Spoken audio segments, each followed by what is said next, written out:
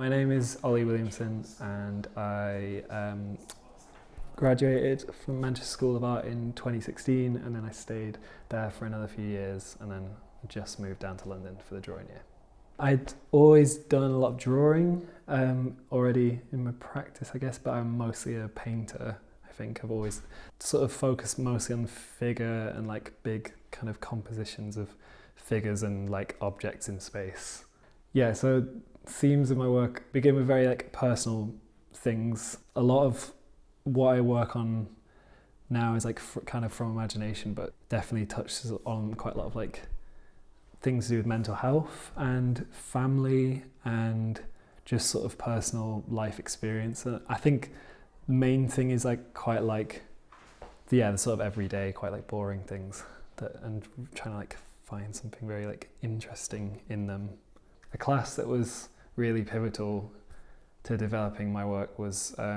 starting to do etching, I think, because I'd never really done it before, never really had access to any kind of facilities. And there's like classes that I had that have just really opened my mind to like how to work drawing, definitely a lot more experimental in my work, like a lot more experimental technique from the etching room has kind of made its way into all my drawing and painting. That and probably doing, when we got the opportunity to do the big mural with the whole year was amazing because we just had this huge ambitious thing to do in less than, a day and got it done. And that's kind of, I think there's a lot of these things that have led me to feel like a lot more is possible and I can be a lot more ambitious in my own work. I did drawing ahead as well throughout the year with various different tutors, and I think it just really pushed me a lot further in what I think of as like a portrait, or like, especially because all my work has figures in it, and it was really good at making you question what is your like motive with having a person in your image. And I just wanted to get away from anything photographic or anything referential like that and just take everything from life, and it gave me so much confidence to do that.